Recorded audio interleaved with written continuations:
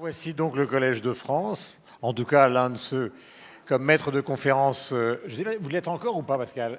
Absolument. Absolument. Toujours maître de conférence. Maître de conférence au Collège de France, qui est le NEC plus ultra donc dans l'enseignement. Alors, le départ de Gérard Larcher, voilà. Alors, je rappelais au début de notre entretien, avec nos amis qui sont ici, que vous êtes paléo-anthropologue, c'est ça? Pour l'instant, je ne dis pas de bêtises. Pour l'instant, tout est bon. Paléo-anthropologue. Le paléoanthropologue, au fond, c'est quelqu'un qui est entre Darwin et Claude Lévi-Strauss, c'est-à-dire qui fait... Ah, pour les bons, pour les bons. Pour les bons. Pour oui. les bons. C'est-à-dire quelqu'un qui étudie, au fond, l'évolution, mais en partant parfois, ce qui a été votre cas, de très très loin, puisqu'il s'agissait justement des chimpanzés. Et alors, j'ai cité, je ne sais pas si vous étiez encore arrivé, l'un de vos derniers livres qui m'avait beaucoup intéressé, c'était le titre, je le redonne de mémoire, pardonnez-moi si je me trompe, c'est « Qui va gagner la bataille ?» Nous sommes dans une conversation souvent sur le numérique, la technique, etc. Et vous aviez listé 3 possibilités à la une, les chimpanzés, les hommes politiques, il y en a un qui vient de partir, et les robots. Vous imaginez que si vous donnez la réponse... Eh bien, la réponse, elle n'est pas évidente, compte tenu de ce qui se passe aujourd'hui.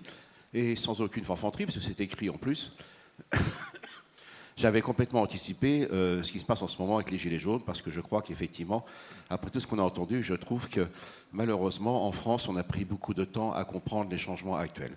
Alors il est vrai que la situation est grave, hein, pour que vous appeliez un spécialiste des grands singes, des fossiles devant vous. Et en plus, bon, la paléontologie, là, on a vu le temps qu'il faut pour qu'une réforme, une tarification se mette en place. On est sur les temps paléontologiques. Bon, on va être sérieux maintenant. L'évolution, ce n'est pas un long fleuve tranquille. C'est des périodes avec des changements extrêmement rapides. Et nous sommes en plein dedans. Nous appelons ça, nous, la théorie des équilibres ponctués. Le plus curieux, et c'était dit d'ailleurs à propos de ce qu'on vit aujourd'hui, en 1995, Jacques Chirac parle de la fracture sociale. On a parlé un petit peu après de la fracture numérique. Et curieusement, malgré que les noms soient connus, je dois dire que nos commentateurs, nos politiciens, nos responsables ont mis du temps à comprendre ce qui se passait. Et pourtant, il y a quelqu'un qui est très connu en France, qui s'appelle Jeremy Rifkin, qui avait bien déjà anticipé dans ses essais ce genre de choses, et sur l'environnement, des gens comme Jared Diamond, etc. La particularité de ces essayistes américains, c'est qu'ils sont tous doués d'une pensée évolutionniste et darwinienne dans le bon sens du terme. Je vais expliquer ce que ça veut dire, parce qu'en France, on dit n'importe quoi là-dessus. L'autre chose, c'est qu'en effet, dans les années 90, et ce n'est pas un hasard, ont émergé 2 courants indépendamment. L'un qu'on appelle la médecine évolutionniste, on est très en retard en France là-dessus, et l'autre qu'on appelle l'économie évolutionniste, qu'on appelle aussi économie expérimentale et comportementale, sur laquelle aussi nous sommes assez en retard. Et paradoxe, nous avons des gens absolument remarquables en France. Hier, j'étais à Montpellier, qui est quand même, pour une tradition médicale, vous le savez, une tradition d'excellence, c'est la grande école de Montpellier, mais aussi c'est la meilleure école pour les théories de l'évolution, enfin les perspectives des théories évolutionnistes. Et aujourd'hui, la médecine évolutionniste, notamment sur le traitement du cancer, les immunothérapies vont très vite. Donc nous sommes sur un changement à la fois de société extrêmement rapide et de concept, de paradigme, pardon, le terme est fort, mais c'est vraiment ça. La chose étant, ce qu'on ne vous a pas dit, c'est qu'on a complètement négligé l'impact des nouvelles technologies lorsqu'elles émergent sur l'ensemble de la société. C'est ce qu'on est en train de vivre aujourd'hui. Et la chose importante, c'est que nous sommes passés dans un nouveau monde en 2007 sans s'en rendre compte. 2007 pour 3 raisons. La première, il y a un gars qui arrive sur scène au mois de janvier, il sort cet appareil, ce n'est pas tout à fait celui-là, c'est le iPhone, c'est Steve Jobs, il dit « I'm going to change the world ». Simplement, lui-même, M. Steve Jobs, ne savait pas comment le monde allait changer. Il a mis 1 an à commencer à comprendre ce qui allait se passer. Et pourtant, il était à la manœuvre. Pourquoi? Parce que personne ne pouvait prévoir ce qui allait aller. Derrière cela, il y a un gars qui vient en France, il attend un taxi qui tarde un petit peu, et il décide justement de prendre un appareil et de créer une application. Il s'appelle Canalic, c'est monsieur qui va créer Uber. Et à partir de là, on est passé dans un autre monde économique qui s'appelle l'économie de plateforme, ce qu'on appelle les intermédiations. Et là, vous tous, vous avez intérêt franchement à faire gaffe.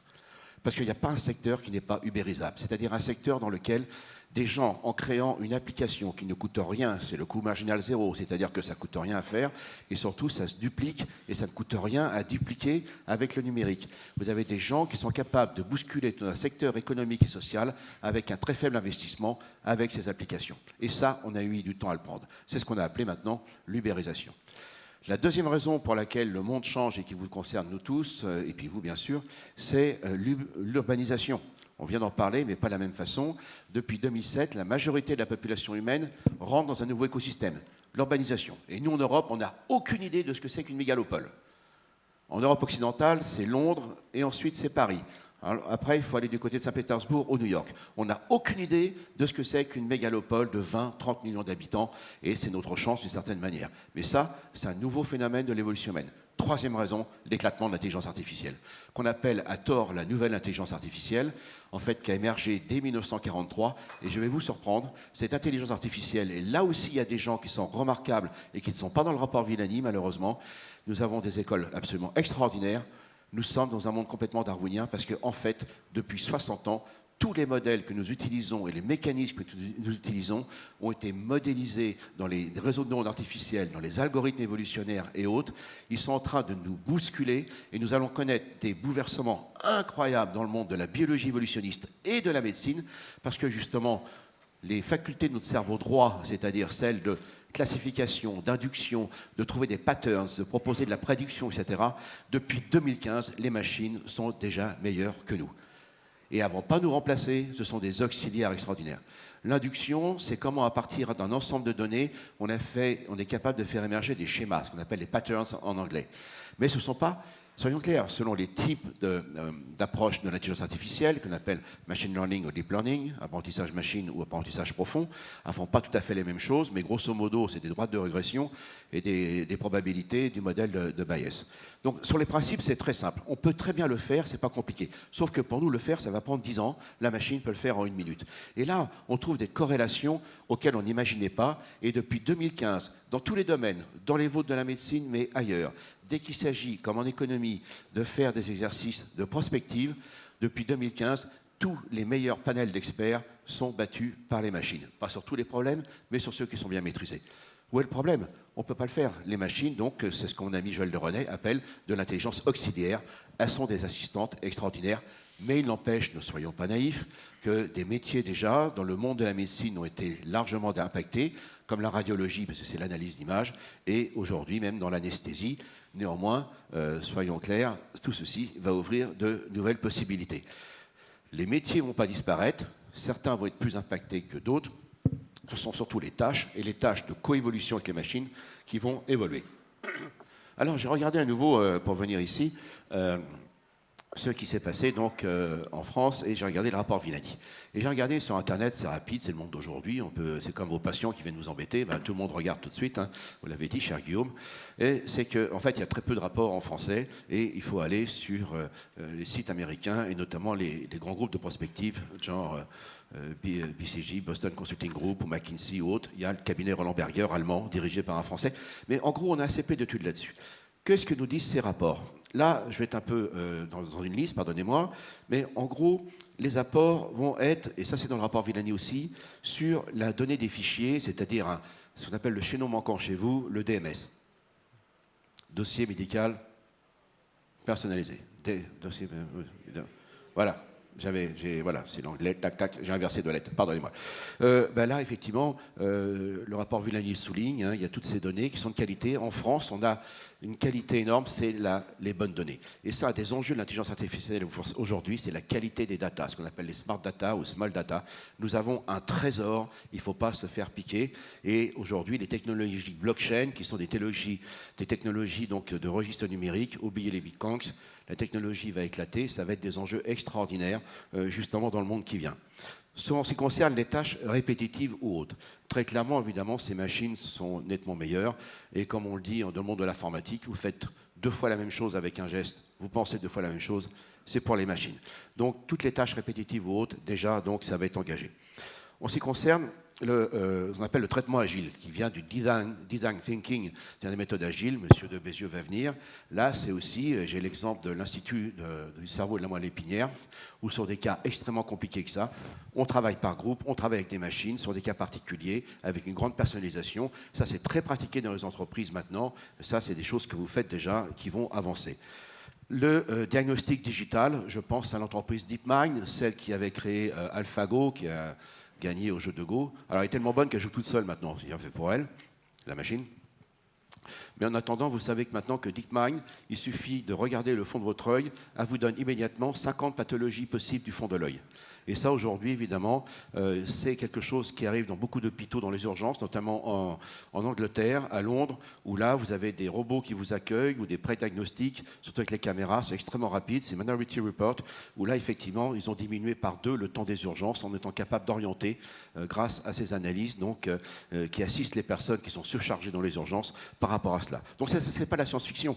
Là aussi, les robots, pour l'assistance, là, on appelle, alors c'est amusant, il y en a qui vont s'énerver, là, surtout chez les hommes, les nurse bots, c'est-à-dire les infirmières robots. Il y en a qui commencent à avoir envie d'être malades là. Donc là aussi, au Japon, ils sont très en avance parce que les Japonais n'ont pas le même rapport à la machine, aux animaux que nous.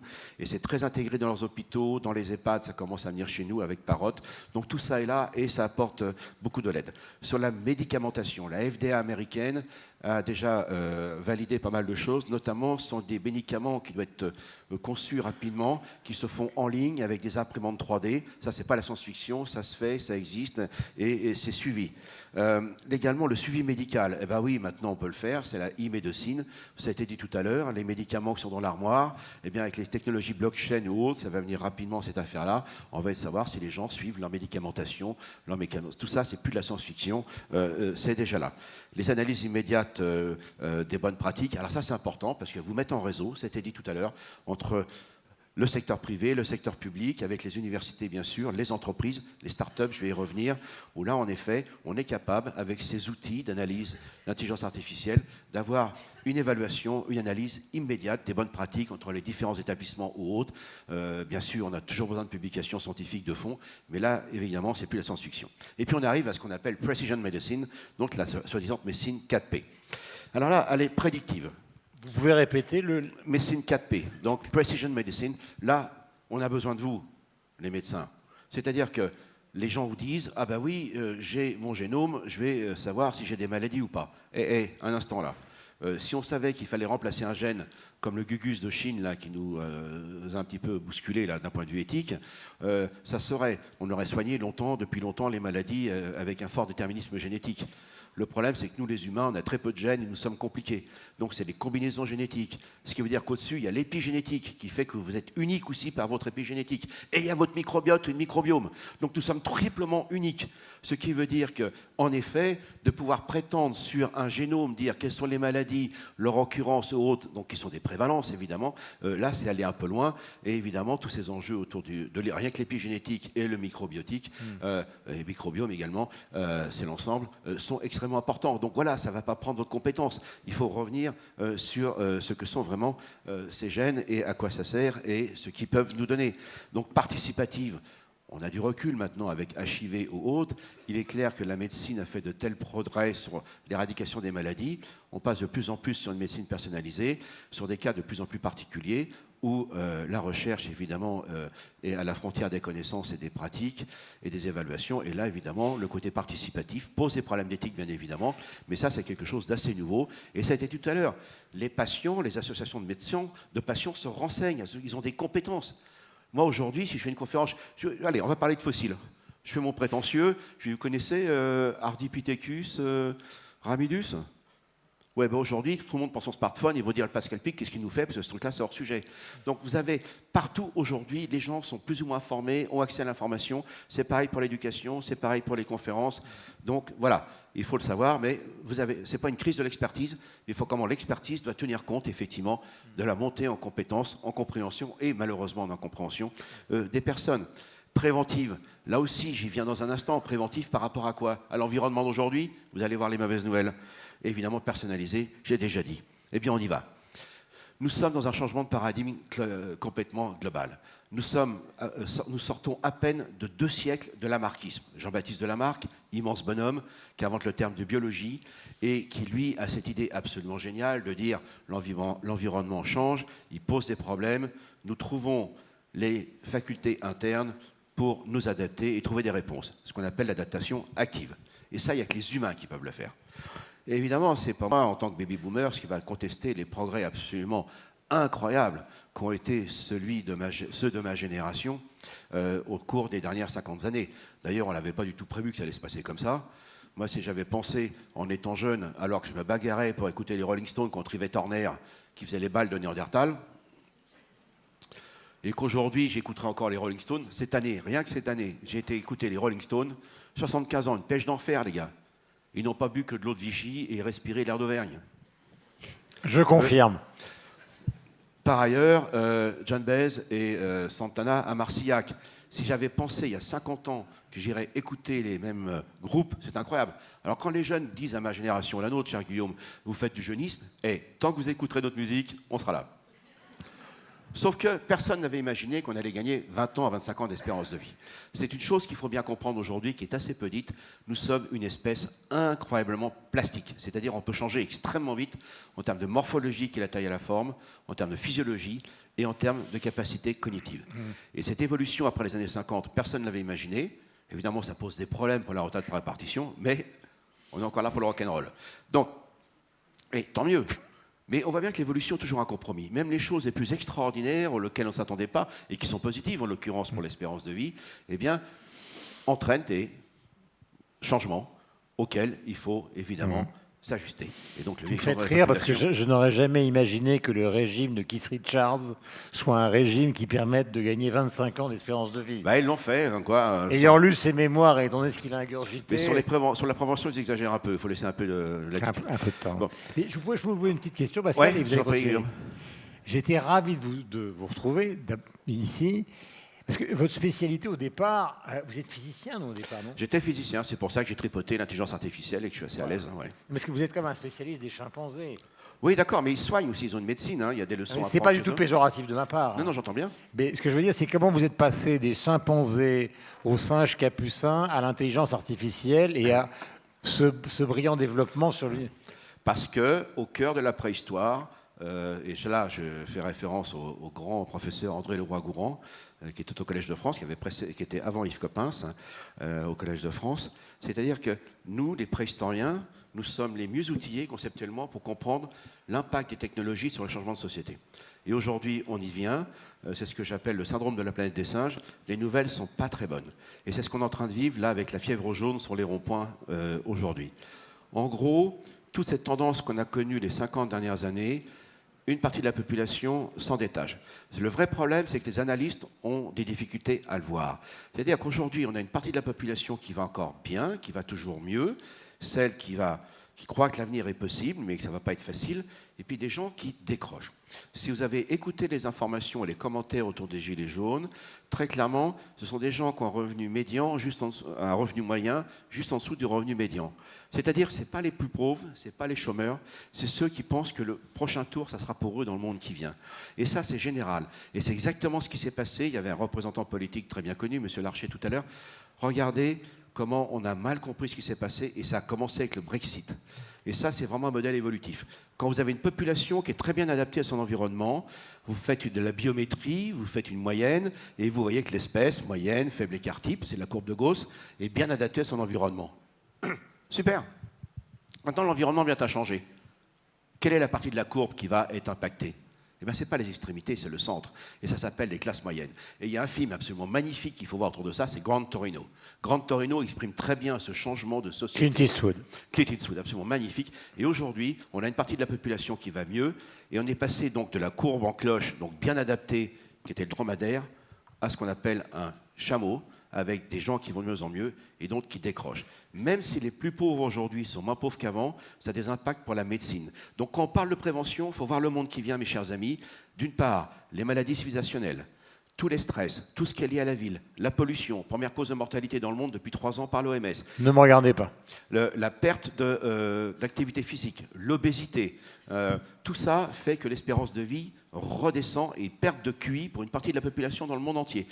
Donc ces phénomènes que nous sommes en train de vivre, mes chers amis, ce n'est pas pays par pays comme avant, comme on a connu quand on était jeune. C'est qu'au sein de chaque pays, vous avez une bipolarisation. Et là, pardon, c'est pour ça que je n'échappe, il y a un prix économique, un prix Nobel d'économie, M. Angus Deaton, qui a fait une très belle étude qui montre qu'en effet, aujourd'hui, les principales causes de maladies et de morbidité sont liées non pas aux pollutions qui sont très impactantes, à la perte d'activité physique qui sont impactantes, à la malbouffe qui est très impactante, notamment l'obésité. On ne connaît pas ce qui se passe aux États-Unis par rapport à la France. Nous sommes de très beaux gars, très minces, vous et moi, par rapport aux Américains. Vous pourriez nous aider quand même. Et plus sérieusement, c'est que tout ceci est là. Mais on avait négligé l'impact socio-économique. Et aujourd'hui, c'était d'ailleurs présenté il y a 3 semaines, hein, Solidarité nationale contre le chômage, où là, les personnes qui sont au chômage, déclassifiées, dans des mauvaises conditions socio-économiques et culturelles, ces personnes-là ont 3 fois plus de chances d'avoir toutes sortes de pathologies. Plus fort, mesdames et messieurs, une étude qui n'a pas été publiée en français. C'est un livre qui s'appelle The Inner Level. The Inner Level, c'est ce qui se passe à l'intérieur. Ils ont regardé toutes les psychopathologies, psychologie somatique. Alors là, les psys, ils en ont plein. Ils ont fait du big data. Et ils ont regardé quelle était la première corrélation des types de déviance psychopathologique ou psychologique chez les gens. Alors les riches et les pauvres, hein. Ben, vous savez quoi ? C'est directement corrélé aux inégalités. Ce qui veut dire que les plus riches aux États-Unis, et Dieu sait comme ils sont riches, se sentent moins bien psychologiquement que les gens les moins favorisés au Danemark ou même en France. Donc quand on veut faire la prévention, mes chers amis, vous voyez bien que les évolutionnistes que nous sommes, enfin moi-même que je représente ici, il faut bien comprendre ce que nous sommes, d'où nous venons, bien sûr, mais également prévoir, anticiper ce monde qui vient avec ces changements qui n'ont rien d'homogène avec cette bipolarisation. Alors, bonne nouvelle, ce monde qui vient, il est plein d'opportunités. Le monde de Jean-Baptiste Delamarck, c'était un monde, on a des problèmes, on trouve des solutions. Il faut continuer à le faire. Mais aujourd'hui, j'ai assisté à des tas de prix, j'étais au Technion, vous savez, le Technion, c'est ce creuset de l'innovation de la Startup City qui est israélienne, c'était lundi dernier, avec des jeunes start-upers israéliens, français, françaises évidemment, israéliennes. Aujourd'hui, on est dans un monde où les solutions attendent leurs problèmes. Donc la transformation numérique qui passe, surtout faites gaffe. Venez voir les gens comme moi ou d'autres, bien sûr, je ne suis pas le seul.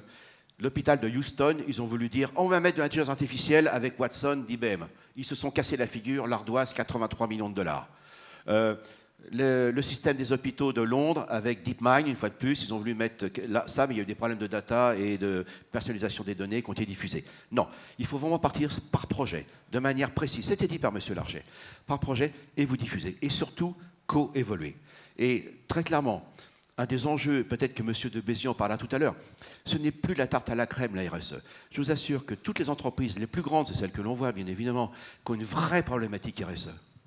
Avec une transformation numérique, les deux vont en même temps, sont celles qui sont déjà les leaders. Et faire la RSE, c'est évidemment dans votre ADN, si je peux me permettre, parce que qu'est-ce qu'il y a de plus responsable socialement que de soigner les patients et de veiller à la bonne santé de la société. Donc ça, vous l'avez. Maintenant, il vous faut l'éthique, et il est très clair sur des tas de sujets de RSE, comme l'équité homme-femme, de grandes entreprises que je ne peux pas citer. Je peux citer celle-là parce que c'est public, L'Oréal, pour Women in Science. Et alors, je suis très fier avec mes collègues, notamment Cédric Villani. Je fais partie de Men Champions Supporting Women of Science. C'est-à-dire qu'en fait, on a des initiatives qui viennent du domaine privé, du domaine public, on compare les bonnes pratiques. Et aujourd'hui, vous avez remarqué, on ne parle plus de compétition, on parle de compétition ou de coévolution. C'est-à-dire ce nouvel espace qui s'ouvre sur l'impulsion de la révolution numérique est en train d'ouvrir un nouvel écosystème dans lequel, effectivement, il faut évoluer. Et je terminerai là-dessus sur un exemple. Vous avez tous vu Jurassic Park. Vous êtes un super tyrannosaure, c'est-à-dire un CHU. Vous êtes les plus forts, personne ne vous embête, on ne cherche pas des noises, vous chopez un météorite. Alors la bonne nouvelle, c'est que les dinosaures n'ont pas disparu, ils sont montés au ciel, ça s'appelle les oiseaux. Hein, la dinde que vous mangerez à Noël, un tyrannosaure, c'est foutu pareil. Sauf qu'au gavage et la cuisine, c'est pas la même technique. Mais plus sérieusement, après cet événement de la fin de l'ère tertiaire, secondaire, arrive l'ère tertiaire. Et là s'installe cette coévolution. Et cette coévolution fait qu'arrivent des insectes butineurs, qui évidemment veillent à leurs besoins. Ils vont chercher du nectar et du pollen pour faire leur miel. Et la fleur devient fécondée. Elle devient un fruit coloré, concentration de vitamines, de fructose. C'est rare dans la nature. Et là qui déboulent les singes. Vous n'avez pas idée, mes chers amis, le boulot que c'est pour l'évolution, pendant 15 millions d'années, d'arriver sur une branche, de poser votre séant, de descendre la queue pour descendre votre centre de gravité, de tendre la main, de cueillir un fruit, de l'inciser, de le mastiquer, de le digérer. Ça, c'est une mécanique absolument démente. Eh bien, les singes mangent des fruits, ceux qu'ils préfèrent. Ils vont sélectionner les variétés les plus juteuses, les plus goûteuses, et sans s'en rendre compte, vont distribuer les noyaux et les graines avec leurs fesses. Mesdames et messieurs, à partir du moment d'un écosystème, notamment le vôtre, où les acteurs, tout en veillant leurs intérêts bien évidemment, rendent des services gratuits aux uns et aux autres, l'écosystème est multiplié par 10 en termes de biodiversité, et cet écosystème est beaucoup plus résilient, résiste plus aux espèces invasives et beaucoup plus innovant. Et il faut rajouter pour les humains la deuxième coévolution. Cette plasticité qui est la nôtre fait que nous réagissons très vite à nos environnements techniques et culturels. Et ces deux coévolutions, aujourd'hui, sont extraordinairement complexes. Et quand je vois les avancées que font ces jeunes avec les startups ou autres, c'est absolument un monde nouveau, avec d'ailleurs un changement anthropologique majeur. N'ayez pas peur si vous êtes senior d'une nouvelle technologie. Allez vous former, c'était dit tout à l'heure. Parce que la médecine évolue tellement vite, surtout avec la biologie évolutionniste. Mais ce qui est important, c'est que les jeunes n'iront jamais contester vos compétences, mes chers amis, si vous êtes des seniors. Mais les jeunes ont des compétences que vous n'avez pas, notamment avec les nouveaux outils. Et ça, c'est une révolution anthropologique, en ce sens où les seniors n'imposent plus aux juniors leurs règles. Bien sûr qu'il y en a toujours, on a tous fait ça, et ça continue en part. Mais surtout, la capacité de se dire, ils ont des compétences qu'on n'a pas, qui peuvent nous apporter pour utiliser ces outils. Et vous avez qu'à simplement ouvrir les yeux, et vous verrez toutes les initiatives disponibles, qui ne coûtent pas cher, avec les startups partout en France, parce que souvent, vous avez des jeunes hommes et des jeunes femmes qui ont autour d'eux des personnes qui sont malades, qui ont des problèmes de suivi médical, etc. Et vous savez quoi? Ils créent une application, comme Uber tout à l'heure, qui apporte ce qu'on appelle une fluidité dans les systèmes écosystèmes. On appelle ça des sociétés liquides. Et aujourd'hui, c'est ça la société dans laquelle on est. Elle est plus verticalisée, elle est plus compartimentalisée. C'est une société dans laquelle tous les flux d'informations du numérique, ces sociétés liquides, évidemment, vont des patients à vos structures, aux hôpitaux, aux médecins ou autres, et avec de nouveaux modes collaboratifs. Ne pas utiliser l'intelligence artificielle et ces nouveaux outils pour se substituer à vos savoir-faire. Toutes les entreprises qui se sont dit on va prendre ça pour économiser sur des salaires et des emplois se sont cassées la figure. Il faut vraiment intégrer ces outils, ces nouvelles opportunités, dans une nouvelle façon de faire la médecine de manière vraiment coévolutive. Voilà le message de Charles Darwin et d'Erasmus Darwin, le premier médecin moderne qui avait inventé tout ça. Merci. Pascal, ne bougez pas. Restez.